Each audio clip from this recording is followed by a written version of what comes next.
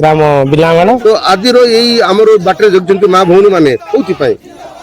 ଆଜି ପ୍ରଥମ କରି ଅନୁସୂୟା ମ୍ୟାଡ଼ାମ ତାଙ୍କ ଗାଁକୁ ଯାଉଛନ୍ତି, ଯେହେତୁ ଆମ ମୁଖ୍ୟମନ୍ତ୍ରୀ ଶ୍ରୀଯୁକ୍ତ ନବୀନ ପଟ୍ଟନାୟକ ତାଙ୍କୁ ମହିଳା ପ୍ରାର୍ଥିନୀ ଭାବରେ ରାୟଗଡ଼ା ପାଇଁ ଟିକେଟ ଦେଇଛନ୍ତି। ସେଇଥିପାଇଁ ଆଜି ତାଙ୍କେ ଖାସ କରି ଆଜି ପ୍ରଥମ ପାଦ ପକାଉଛନ୍ତି ତାଙ୍କର ଗାଁରେ।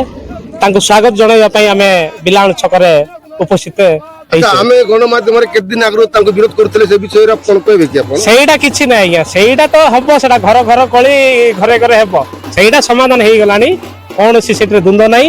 ଆରାମସେ ଏବେ ଅନୁସୂୟା ମାଝୀ ଆଉ କୌଶଲ୍ୟା ହି କକା ବହୁତ ବିଜୟ ଲାଭ କରିକରି ଆମେ ଦେଖେଇବୁ।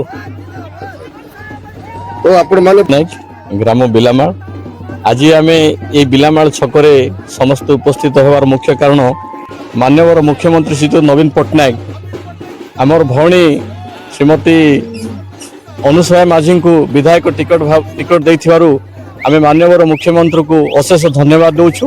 ଆଉ ଆମର ଆଶା ଆକାଂକ୍ଷା ଅଛି ଏ ଅଞ୍ଚଳର ଯେ ଅନୁସୂୟା ମାଝୀ ନିଶ୍ଚିତ ଭାବରେ ବିଜେଡି ଶଙ୍ଖ ଚିହ୍ନରେ ସେ ନିଶ୍ଚିତ ଭାବରେ ଜିତିବେ, ଏହା ଆମ ସମସ୍ତଙ୍କର ଆଶା ଓ ଭରସା ଅଛି।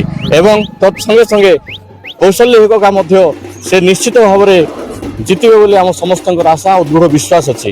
ଆଉ ସେ ଜିତିଲା ପରେ ଆମ ସମସ୍ତଙ୍କର କାର୍ଯ୍ୟ କରିବେ ବୋଲି ଆମ ସମସ୍ତ ଜନସାଧାରଣଙ୍କର ତାଙ୍କ ଉପରେ ଭରସା ଅଛି। ଧନ୍ୟବାଦ। ତ ଆଗ ଦିନର ଶୁଣାଯାଉଥିଲା ଯେ କାଶୀପୁର ଅଞ୍ଚଳରେ ଗୋଟେ ମହିଳାକୁ ଦିଆଯାଉନି, ପୁରୁଷ ପିଲାକୁ ଦିଆଯାଉ ବୋଲି ଚର୍ଚ୍ଚା ହଉଥିଲା, ସେ ବିଷୟରେ କଣ? ଆଜ୍ଞା, ସେଇଟା ଗୃହ କଳି।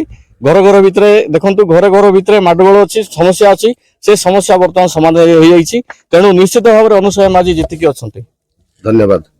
ସରପଞ୍ଚ ବିଜୁ ଜନତା ଦଳର, ଆଉ ଆମର ଅନୁସୂୟା ଦିଦିଙ୍କୁ ଏ କାଶୀପୁର ଅଞ୍ଚଳର ଏ ଝିଅ ତାଙ୍କୁ ଟିକେଟ ଦେଇଥିବାରୁ ଆପଣ ଅନୁସୂୟା ମାଝୀ ଟିକେଟ ଭାବରେ କେତେ ଖୁସି ଅଛନ୍ତି?